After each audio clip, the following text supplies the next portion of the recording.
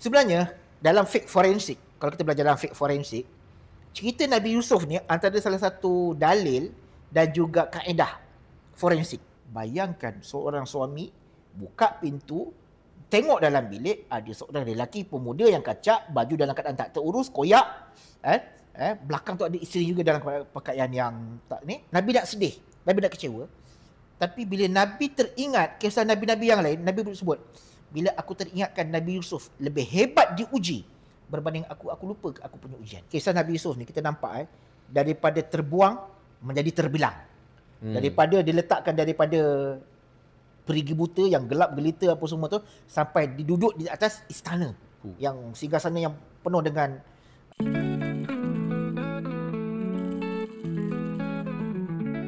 Bismillahirrahmanirrahim. Assalamualaikum warahmatullahi wabarakatuh. Selamat datang ke podcast Borak Kopi O, Kopi Pekat Borak Padat bersama dengan saya Fendi Zulkifli, membincangkan topik semasa, topik Islam, topik macam-macam. Yang pastinya dia tidak akan hamba lah. Bersama dengan saya mempersilakan sahabat saya Imam Amirul. Apa khabar Imam?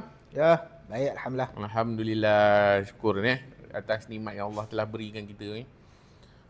So kali ini sebenarnya saya nak confess dengan Imam lah. Okey. Sebenarnya topik kali ini isteri saya yang request. Oh. Dia memang suka sangat.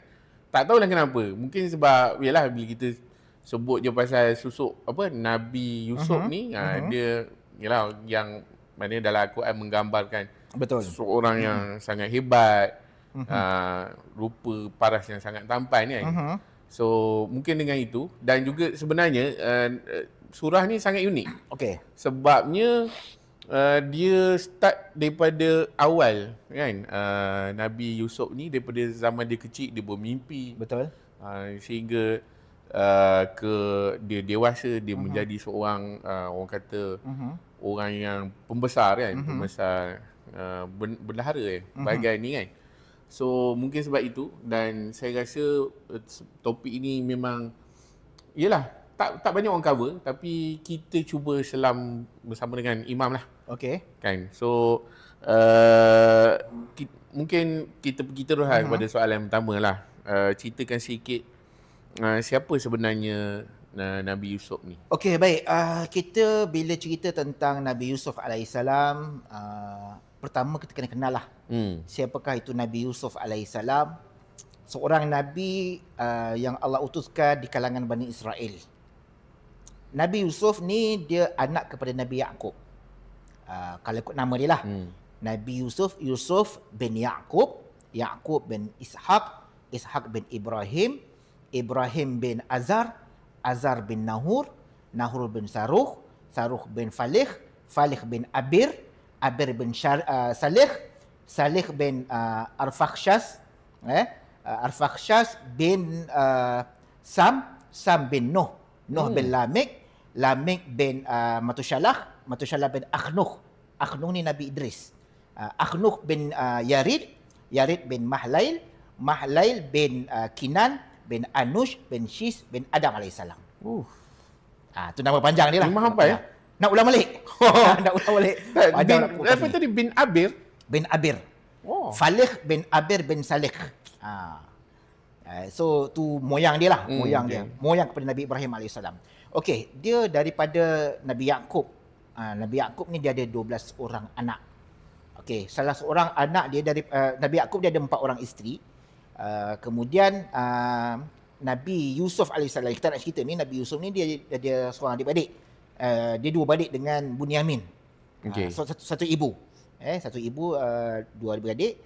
Tetapi daripada 4 orang isteri Nabi Yaqub ni melahirkan 12 orang anak-anak Nabi Yaqub lah. Salah seorang itu adalah Nabi Yusuf alaihissalam. Okey, surah Yusuf, surah yang ke-12 kalau 12. Tak silap kan. So kita pergilah macam mana kisah Nabi Yusuf ni dia mendapat wahyu kan, dia bermimpi tu. Boleh tak Imam ceritakan kisah mimpi tu, apa di sebalik kisah mimpi tu?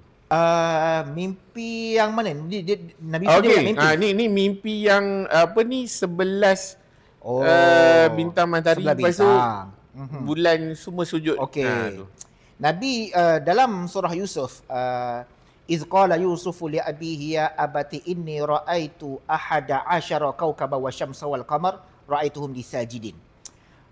Itu dalam ayat ni, dalam surah Yusuf, ayat awal daripada surah Yusuf, ayat ketiga ataupun keempat, saya tak ingat. Pertama Allah nak cerita tentang berapakah jumlah bintang ataupun planet-planet yang ada di bumi ni. Yang kita tahu ada bumi, matahari, bulan, lepas tu ada planet apa? Utarik, Mushtari, Marikh lah, planet Namek lah. Planet Namek bukan jadi semuanya ada 11. Semuanya ada 11 planet ataupun 11 bintang. Okey. Ra'aituhum li sajidin. Itu merupakan dia kata apa? Ra'aituhum li sajidin, dilihat bintang-bintang, 11 bintang ni sujud kepada Nabi Yusuf AS. Itu nak menunjukkan kemuliaan, dan Allah ceritakan dalam mimpi tu, Allah ilhamkan dalam mimpi Nabi Yusuf, dia adalah seorang Nabi. Itu membuktikan dia adalah seorang Nabi. Sebagai kemuliaan lah. Tafsir Nabi itu adalah sebagai kemuliaan. Dia merupakan seorang Nabi yang Allah SWT utuskan. Itu anggaran, maaf Imam, anggaran umur Nabi Yusuf waktu tu dalam berapa? Belasan tahun. Okey. Ini diceritakan kepada Nabi Yaqub AS, ayah dia. Sebelum dia berpisah. Okey. Sebelum dia, itu cerita lain lah, nanti panjang lagi kan. Panjang lagi. Sebelum dia berpisah, maknanya Nabi Yusuf ni dia selalu bermimpi. Dia banyak mimpi-mimpi yang ajaib, nanti kita akan cerita. Lepas tu dia akan cerita pada ayah dia. Okey. Ayah dia juga antara orang yang, ayah dia Nabi Yaqub AS, yang juga mempunyai ilmu mentafsir mimpi. Nabi Yaqub juga mewarisi ilmu ayah dia, boleh mentadbir mimpi, mentafsir mimpi. Itu yang ayah dia kata, bulan itu ibaratkan kepada apa nama, kenabian kamu. Dan matahari itu matahari itu adalah ayah dia sendiri, Nabi Yaqub. Ya, Nabi Yaqub. Lepas tu yang sujud orang itu di sajidin itu adalah sebagai kemuliaan bahawa kamu adalah seorang nabi yang diutuskan. Ayah nabi, anak pun nabi. Okey. Atuk pun nabi. Ayah, moyang pun nabi. Okay. Nabi Ibrahim, Nabi Yusuf anak, ayah dia Yaqub pun nabi, Ishak datuk dia pun nabi. Lepas datuk apa? Moyang Datuk moyang lah. Moyang dia Nabi Ibrahim pun nabi. Lepas tu moyang kan sampai ke Nabi Nuh, sampai ke Nabi Idris, sampai ke Nabi Adam, semua nabi. Maknanya, ialah rentetan daripada itu sebenarnya memang akan diceritakan sebentar lagi mengenai Nabi Yusuf ni yang boleh mentaksir mimpi lah kan. Nanti kita pergilah. So sekarang ni kita nak pergi kepada kisah dengan adik-beradik dia kan. Ini pun dia terlibatkan dengan isu sekarang ni, kes bully. Ini boleh dikatakan bully ke? Ini bully teruk ni. Ini bully lagi teruk lah. Teruk bully ni. Kan? So maknanya yang kita tahu, yang kita tengok dalam tafsir Al-Quran pun dah menceritakan bahawa adik-beradik ni dia bawa ke Nabi Yusuf ni ke perigi kan. So boleh tak Iman ceritakan? Lepas tu adakah di dalam perigi tu ada malaikat yang menemannya? Macam mana boleh Iman ceritakan ke arah itu pula?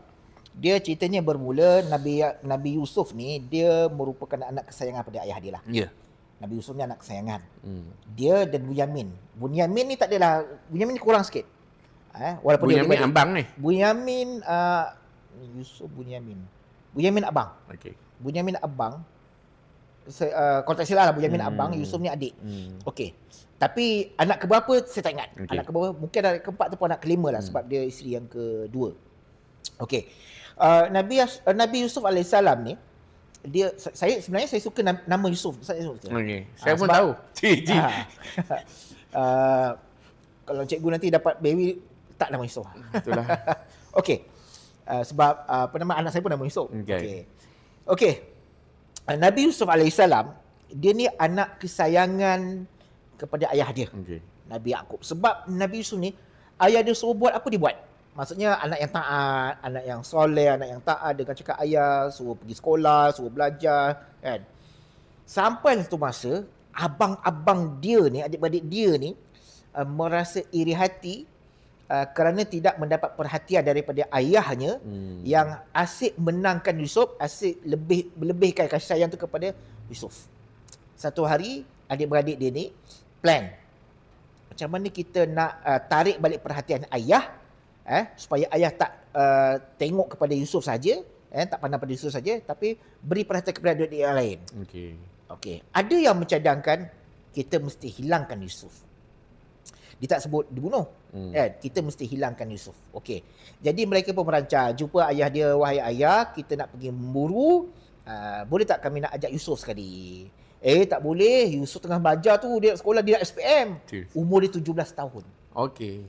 SPM lah. Itu memang cakap 17 tu. Okey. Jadi dia sebut, ayah lah kan pujuk-pujuk, jomlah. Kita sebagai orang lelaki ni kena pandai memburu, kena pandai cari rezeki. Macam tu lah diyakinkan ayah dia. Itu cerita dalam Quran. Lepas tu ayah dia izinkan. Akhirnya ayah dia izinkan untuk dibawa Yusuf bersama-sama pergi memburu. Dalam perjalanan itulah dia plan kita bunuh Yusuf ni. Kita campak, kita buang dia. Kita buang Yusuf ni dalam, itu cerita dalam Quran lah. Jadi bila mana Nabi Yusuf AS dibawa pergi memburu oleh adik dia semua, tak memburu pun kan. Lepas tu memang niat dia memang untuk nak hilangkan, untuk nak pisahkan Yusuf dengan ayah dia lah. Dicampak dalam satu perigi buta. Jangan tanyalah perigi tu kat mana. Perigi tu kat mana. Nanti kau orang pergi cari lah perigi tu. Okey. Jadi dicampak. Dikatakan dalam riwayat, dalam kitab-kitab tafsir, antaranya tafsir Ibnu Katsir, disebutkan Nabi Yusuf duduk dalam perigi, dicampak dalam perigi tu, dalam perigi buta yang ada air. Gelap gelita, ada air. Okey. Ada orang kata perigi buta, saya tak faham lah istilah perigi buta tu macam mana, tapi perigi tua lah, perigi lama lah ditinggalkan. Campak dalam tu. Bukan perigi yang macam Haji Sata duduk tu. Hai bang tanah kan. Lepas tu orang baling tin. Kau baling tin bang. Bukan tu lah. Tapi diduduk dalam perigi tu 3 hari 3 malam. Okey. 3 hari 3 malam. Sampailah satu kabilah datang, pedagang datang lalu di situ dan jumpa Nabi Yusuf. Okey, sebelum dijumpa tu, dia ni balik, lepas baru balik dia menangis.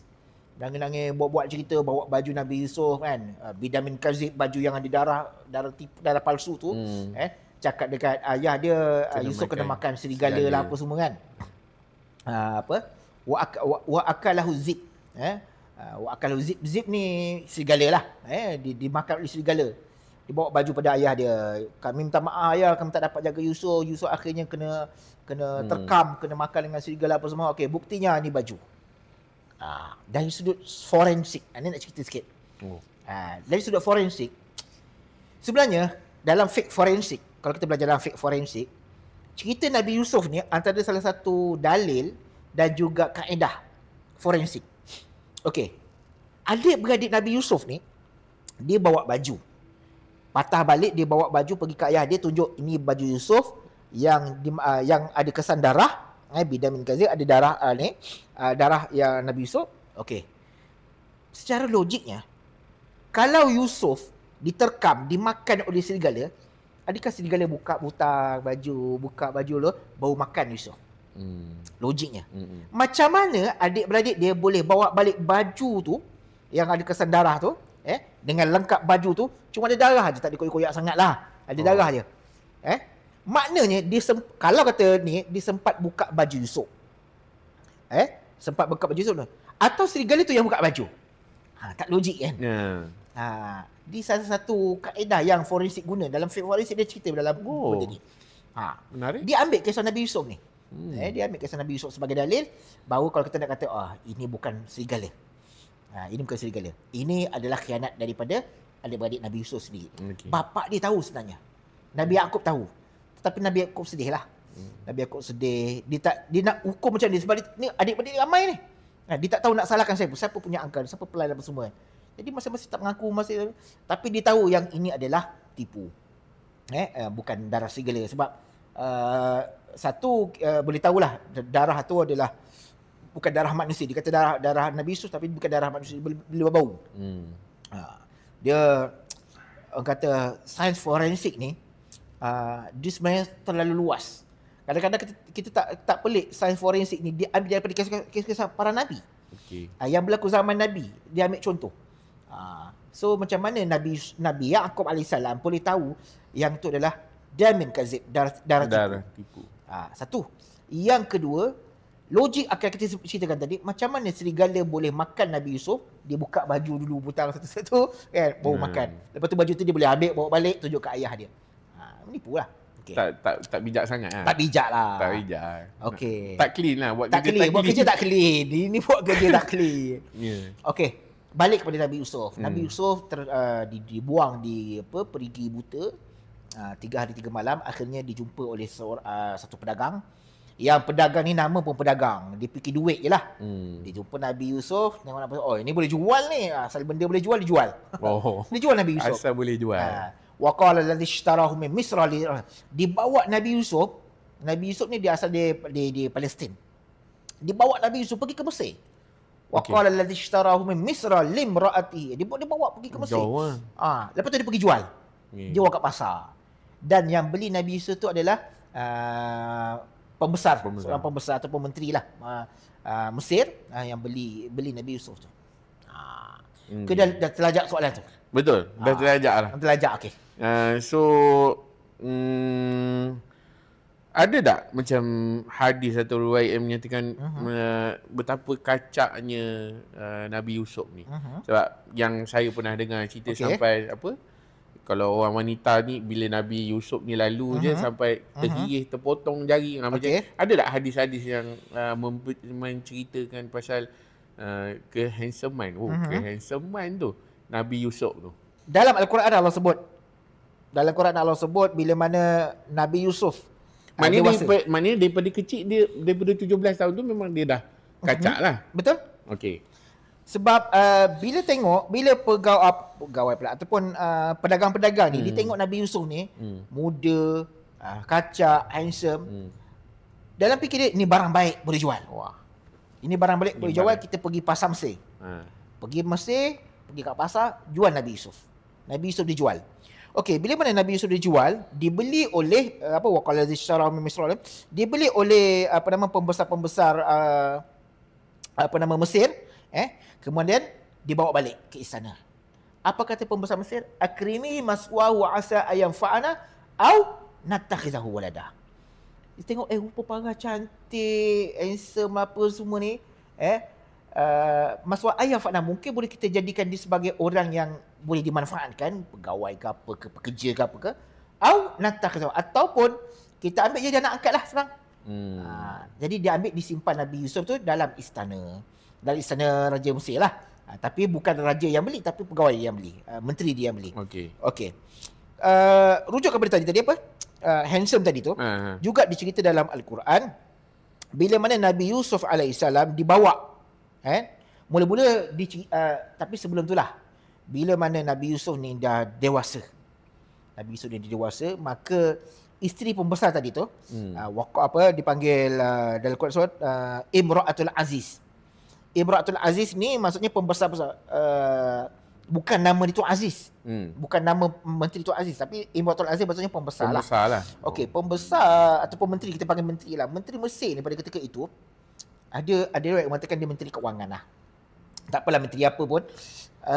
Dia sampai bila mana Nabi Yusuf AS ni dewasa dan dia jatuh hati kepada Nabi Yusuf AS. Satu hari dia plan. Ni best ni. Ni sinetron ni. Maknanya cerita soalan saya tadi, dia ada kaitan dengan cerita yang ada. Handsome tu. Handsome tu. Okay. Nanti dia masuk. Okey. Satu hari dia plan. Dibawa Nabi Yusuf AS ni, wastabaqal bab wa qadat qamisu min duburi wa alfaya sajida al bab. Satu hari dia masuk dalam bilik Nabi Yusuf AS. Dalam riwayat ada yang menyebut nama dia adalah Imra'atul Aziz dan namanya adalah Zulaikha.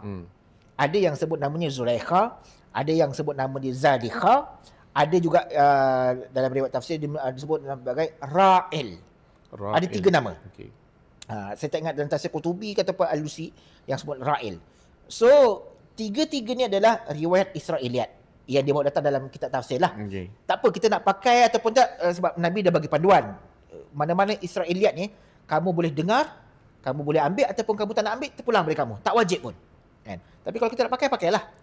So datang mana nama Zulaikha tu daripada kitab tafsir, daripada sumber Israiliyat. Zulaikha ke, Zadikha ke, Ra'il ke, itu nama yang digelarkan kepada Imra'atul Aziz. Sebab Quran sebut Imra'atul Aziz saja. Wa qalat Imra'atul Aziz turawidu fataha dalam Quran disebut Imra'atul Aziz. Dia tak sebut nama spesifik. Okey. Jatuh cinta kepada Nabi Yusuf AS dengan kekacakan dia, dengan kehandsomean dia, dengan baiknya dan sebagainya, budi pekerti ya. Maka satu hari dia masuk dalam bilik Nabi Yusuf AS. Okey. Masuk Nabi Yusuf AS, wastabaqal bad, mereka berkejaran. Ayat 25 surah Yusuf. Background music budak-budak. Dia macam benda ni macam dramatik sikit kan. Dia masuk, dia kata aku suka kat kau lah. Cerita ni panjang lah.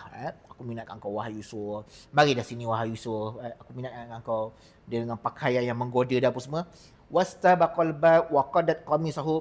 Dikejar Nabi Yusuf ni. Berlari-lari Nabi Yusuf ni. Nabi Yusuf kat depan, dia kat belakang dikejar. Wa qadat qamisahu. Dia dikoyak, ditarik Nabi Yusuf tu. Dia nak ragut, nak kerat ni. Sampai koyak. Wa qadat qamis. Sampai koyak baju Nabi Yusuf. Okey. Bila koyak Nabi Yusuf, Nabi lari-lari dan kena kejar ni. Jangan, qala ma'azallah. Aku takut pada Allah, aku minta ampun pada Allah, aku takut pada Nabi Yusuf tak nak. Tak rela dinodai. Digoda dan dinodai. Okay. Dia lari. Lari, pap berhenti sampai depan pintu. Okey. Bila depan pintu, buka je pintu, datang dia punya suami dia, suami Zulaikha tadi. Kita Imratul Aziz lah. Datang berhenti tadi. Bila datang berhenti, dia tengok suami dia, isteri dia dalam keadaan baju yang seksi gitu. Lepas tu baju Nabi Yusuf yang dah kata sempurna dengan koyak tu. Jeng. Keluar muzik. Macam sinetron je tadi kan. Apa? Zoom. Yusuf? Zoom lagi. Zoom lagi kan. Ni sebab kita baca dalam surah Yusuf ayat 25 dia macam sinetron. Cerita kalau buat filem detail. Dia lari. Lepas tu wa alfaya sayyidal sampai depan pintu. Qalat ma jazaa'ul, dilihat oleh suami sendiri. Bayangkan seorang suami buka pintu, tengok dalam bilik ada seorang lelaki pemuda yang kacak, baju dalam keadaan tak terurus, koyak. Belakang tu ada isteri juga dalam pakaian yang tak ni. Apa kalau dalam drama ni memang ni ya. Memang kena macam-macam lah. Kan? Maka dari situlah Nabi Yusuf mula difitnah. Kan? Kata perempuan yang tadi, aku telah digoda, aku telah sekian. Kan? Sampai dia ubah dia punya kenyataan. Padahal dia yang goda Nabi Yusuf. Tapi dia kata Nabi Yusuf yang ni. Okey. Tetapi Allah Subhanahu Wa Taala cerita dalam Quran. Allah nak selamatkan Nabi Yusuf alaihissalam. Dia kata apa? Seorang bayi. Wa syahida syahidun min ahliha in kana qamisuhu qudda min qabl fasadaka wa min al-kazibin. Allah nak selamatkan Nabi Yusuf. Kebetulan dalam bilik tu ada seorang bayi. Ada seorang bayi. Seorang bayi inilah yang menjadi apa nama tu? Alibi. Orang panggil alibi kan? Ada panggil. Bayi ni bercakap. Bayi ni bercakap, dia kata, in kana qamisuhu qudda min duburin fakadzabat wa huwa min as-sadiqin. Kalau koyak belakang, dubur belakang dubur kan? Belakang. Dubur. Qadat min dubur fakadzabat, perempuan ditipu. Wa huwa min as-sadiqin. Yusuf betul. Wa in kana qamisuhu qudda min dubur falamma ra'a qamisuhu, bila kalau sebelum tu dia kata qudda min kubur, kalau koyak depan fasadaqat, perempuan dia betul, wa huwa min al-kazibin, Yusuf tipu. Tetapi wa in kana qamisuhu, tetapi kalau baju tu koyak belakang, perempuan salah. Memang perempuan ni yang kejar. Bayi tu ada tak menyatakan umur bayi tu? Tak, bayi memang bayi lah. Bayi tu bercakap. Memang ajaib lah. Mujizat Nabi Yusuf. Mujizat Nabi Yusuf. Bayi tu bercakap. So takkanlah bayi nak menipu kan. So bayi tu bercakap, maka bila terbukti Nabi Yusuf tu benar, Nabi Yusuf ni Nabi Yusuf yang difitnah, yang digoda, akhirnya suami tadi ni dia pun tahulah sebenarnya isteri lah yang ada niat jahat.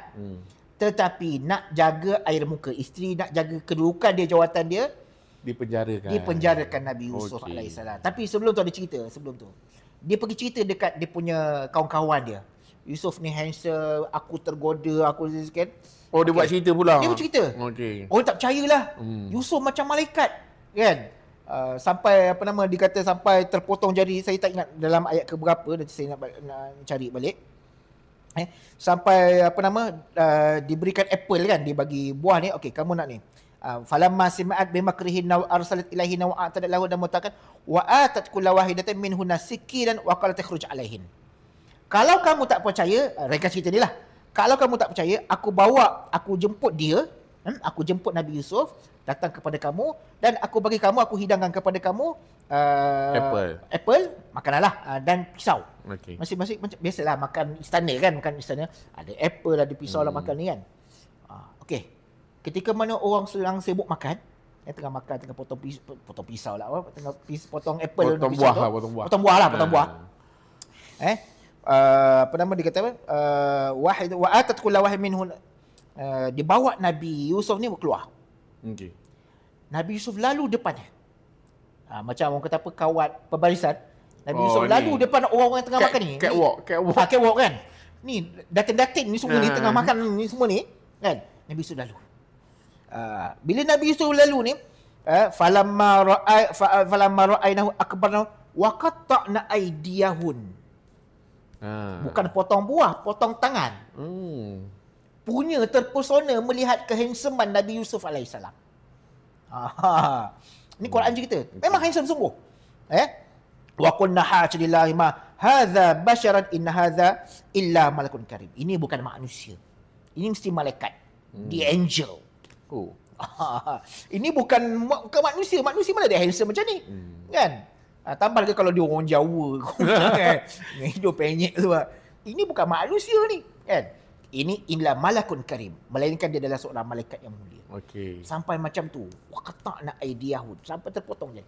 Ini nak menggambarkan, Quran nak cerita menggambarkan betapa handsome-nya Nabi Yusuf AS, sehingga semua orang-orang yang melihat dia terpesona, terpana melihat kehandsomean Nabi Yusuf AS.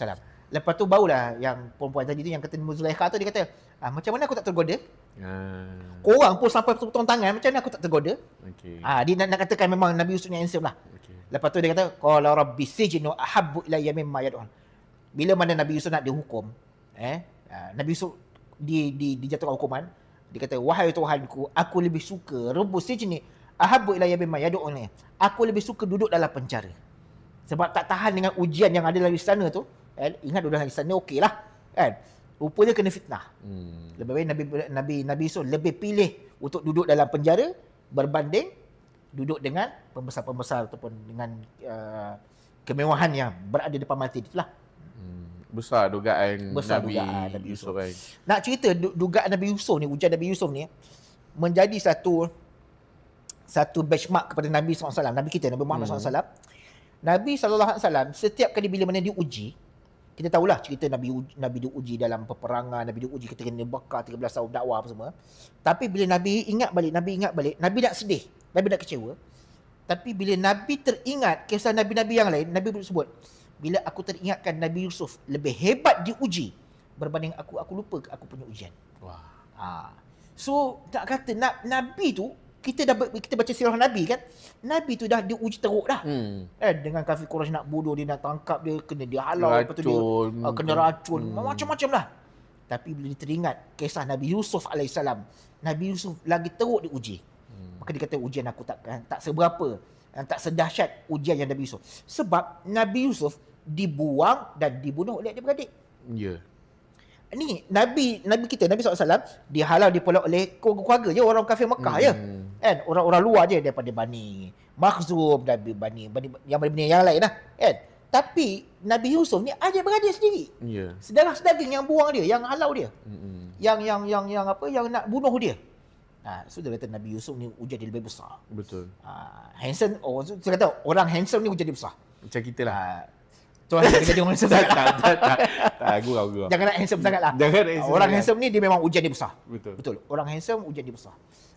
Tapi itu lumrah lah, adat, kata sunnatullah, adat kepada dunia. Sebab orang yang cantik, handsome, baik lelaki ataupun perempuan ni, dia akan uji dengan kecantikan dia akan uji dengan kehandsomean dia. Sama ada orang akan pikat dia, orang akan goda dia, ataupun dia sendiri akan menggunakan kehandsomean dia untuk memperdaya orang. untuk dia sebagai advantage untuk nak mempergunakan orang. Kan zaman sekarang ni pula boleh jadi di media sosial, dia menggunakan buat pelaburan ke, buat perniagaan ke, tengok muka lah orang muka handsome, muka berkarisma, boleh ni boleh pergi ni orang ni, lalu rupanya scammer kan. Itu Allah uji lah. Tapi sebenarnya saya suka ayat Imam tu, bila kita diuji kita tengok balik kan kesusahan dami-dami yang sebelum. Begitulah Nabi SAW, Nabi kita Nabi Muhammad SAW, dia bila diuji dia akan teringat, bapa-bapa aku dulu, para Nabi terdahulu juga diuji lebih teruk daripada itu. Betul.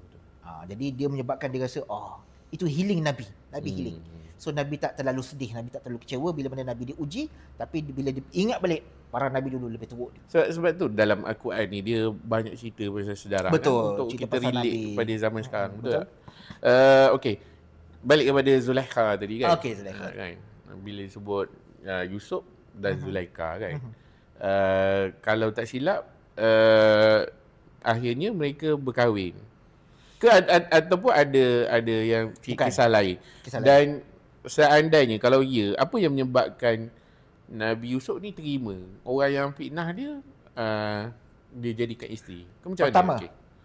Pertama akhirnya perempuan ini ataupun Zulaikha lah, walaupun di Israel tapi senang nak sebut. Akhirnya Zulaikha ni dia mengaku yang dia fitnah Nabi Yusuf. Dia mengaku. Tapi Nabi Yusuf maafkan dia. Nabi Yusuf lepaskan dia, Nabi Yusuf maafkan dia.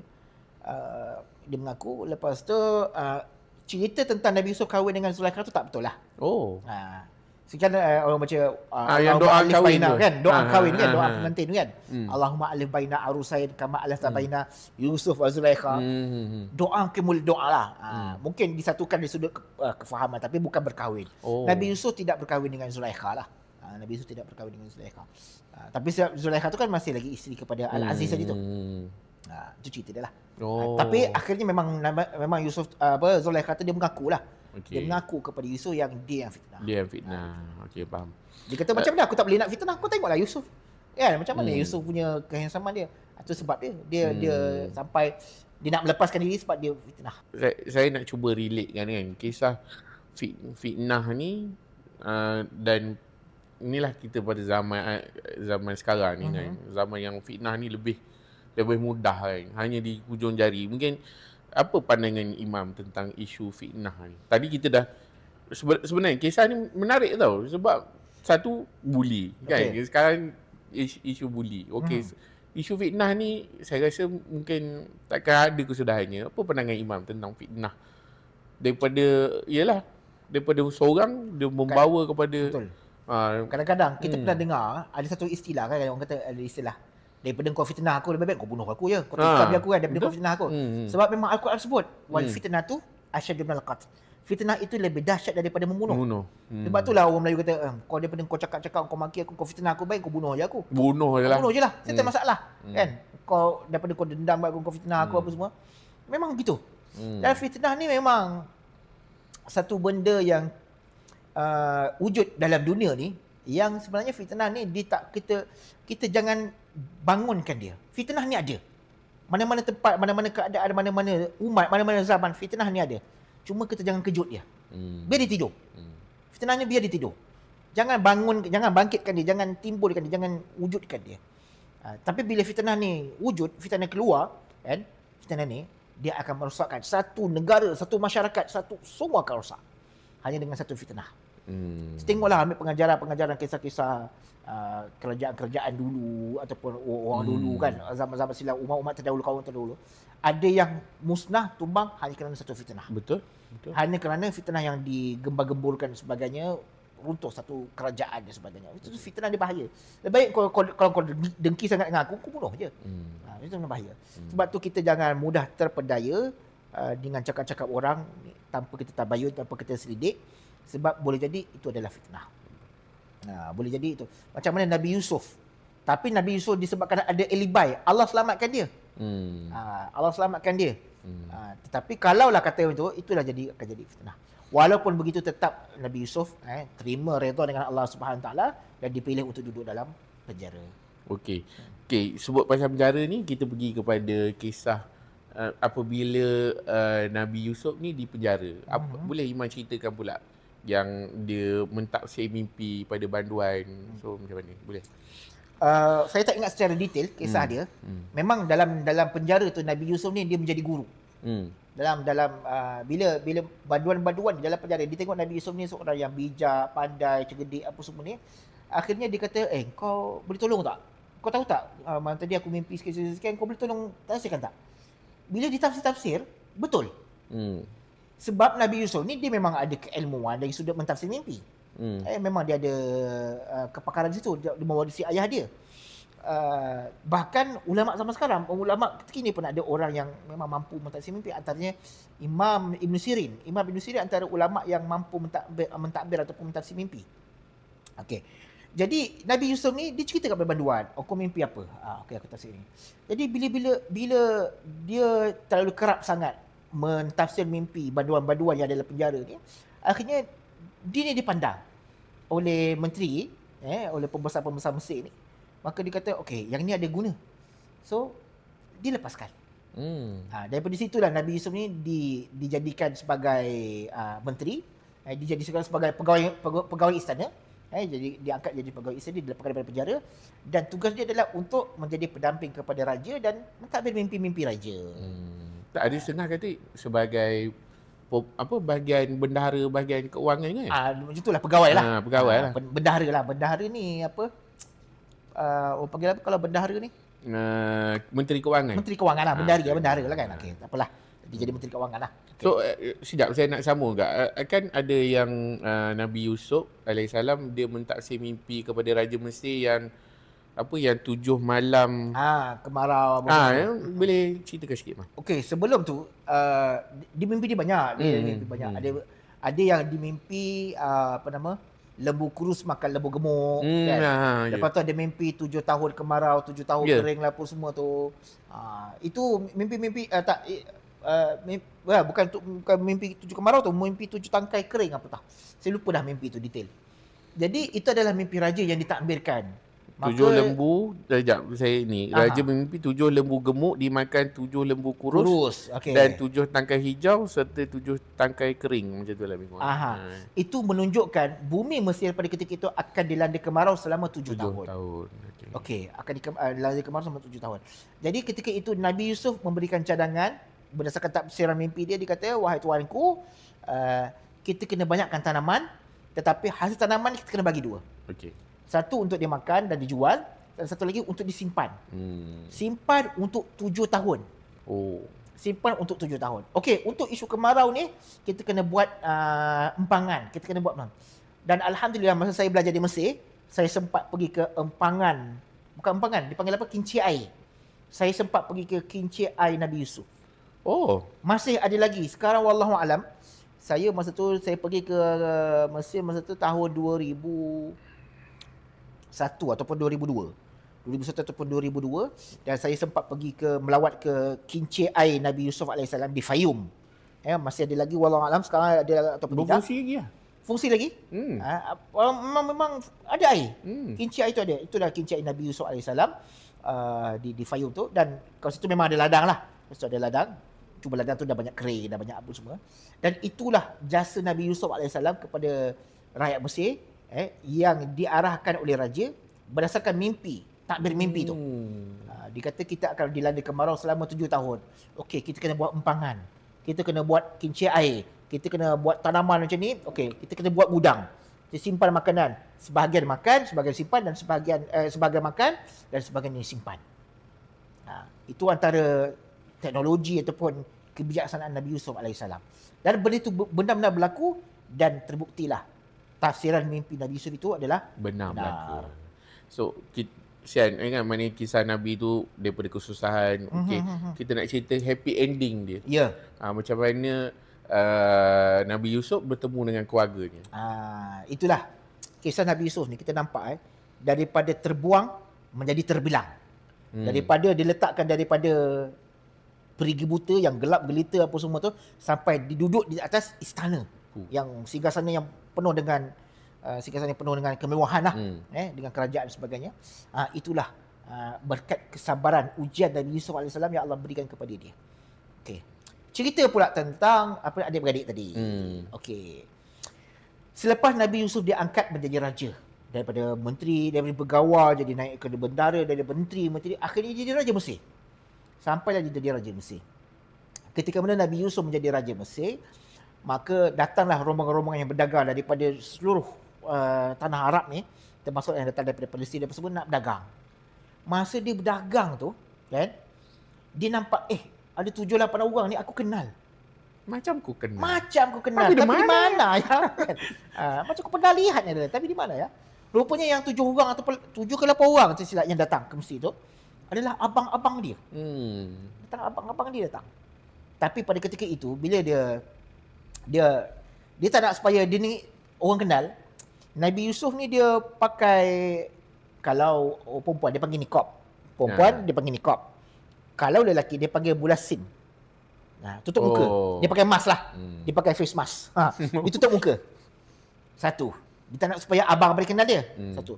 Yang kedua, dia bercakap dalam bahasa dialek Mesir. Amiah Mesir. Intaminin. Dia tak cakap, dia cakap bahasa kira di kampung dia lah. Kampung. Mungkin saja tak? Mungkin dia tutup tu mungkin nak menutup wajah dia yang... Tak. Satu, sebab wajah dia handsome lah. Satu.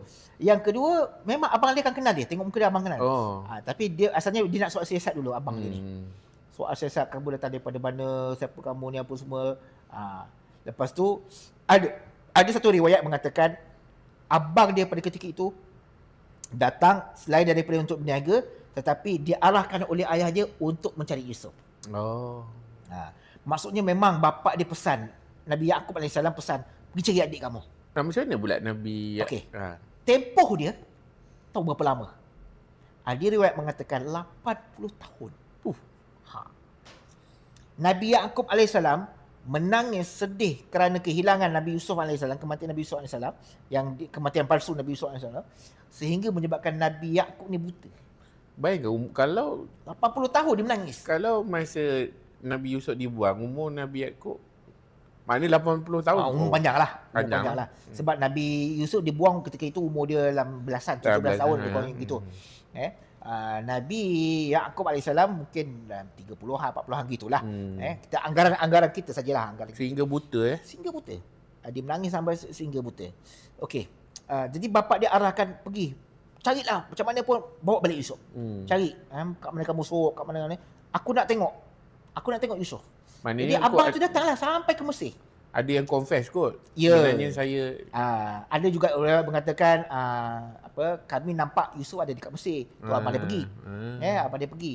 Jadi tu yang pakai mulasim tu, dia pakai dia. Kamu datang untuk apa? Aku nak cari adik aku, nama dia Yusuf, sekiranya muka dia macam ni. Tunjuk gambar WhatsApp, tak ada WhatsApp kan. Tunjuklah gambar kan. Okey, ni gambar. Okey. Kan. Last kali ni mereka cerita lah kan, kita dah ujung kan. Last kali baru dibuka. Akulah Raja Mesir dan akulah adik kamu yang kamu buang dulu. Jeng. Apa? Sinetron lagi. So, Yusuf, kamu jadi raja di sana kan? Jadilah sinetron lagi. Lepas tu adik dia kata, kau ke Yusuf, Raja Mesir? Allah. Habislah kita, matilah kita. Sebab bila dia jadi raja, dia ada tentera, ada kerajaan, ada kuasa kan. Habislah kita kena tangkap, habislah kita ni. Tapi dalam Quran Allah kata apa? Nabi Yusuf maafkan abang dia.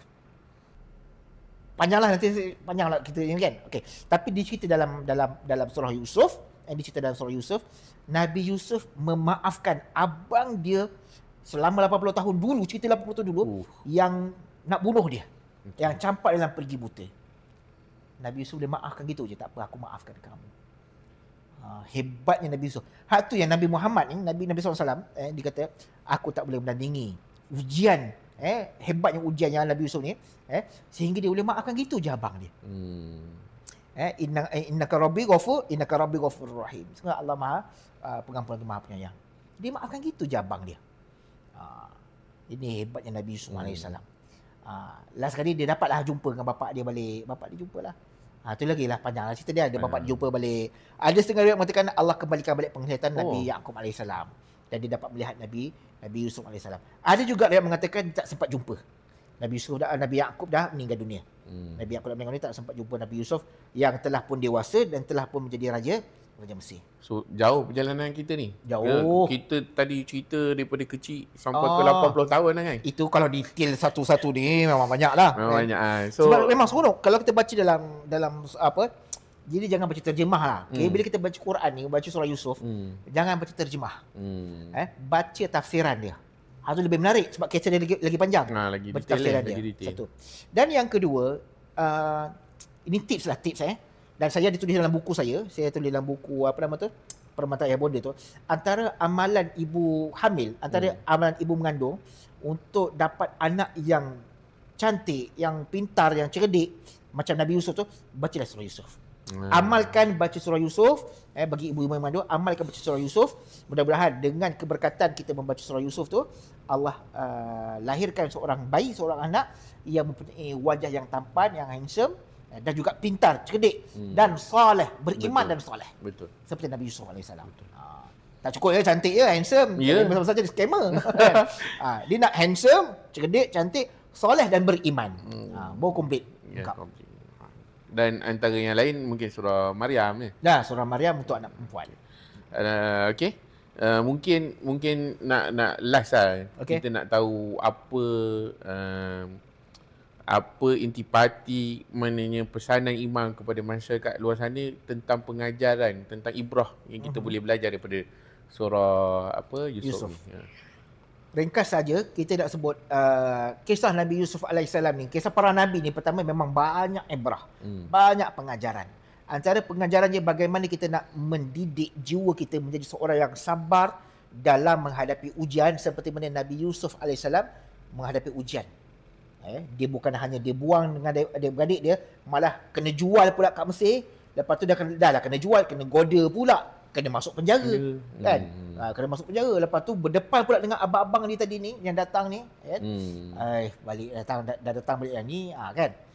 Ini mesti nak bunuh aku boleh lah, ni mesti nak buang. Tak, rupanya ayah pesan, ayah dah lama cari kamu, baliklah nak. Pulanglah. Mereka amat memerlukan. Lagu raya pula kan. Pulanglah kan. Jadi itulah, kita ambillah pengajaran daripada kesabaran Nabi Yusuf AS. Cantik tak semestinya hidup dia perfect, sempurna tak. Orang cantik, handsome ni lagi besar ujian dia. Betul. Kalau kita rasa kita handsome, jaga. Banyak ujian tu. Nasib baiklah kita tak handsome. Nasib baik tak handsome sangat. Tadi kata handsome kan. Jauh-jauh takut. Tak mengaku handsome. Tak mengaku handsome. Bayangkan daripada perigi, duduk di istana singgasana. Daripada terbuang menjadi seorang yang terbilang. Wallahu a'lam. Saya rasa di sebalik sebarang ujian tu, kembalilah kepada Allah. Cantik betul aku.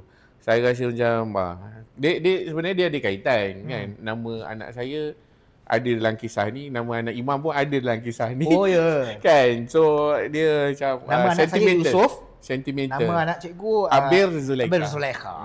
Itu dia. So dengan itu saya nak tutup kita punya podcast kita.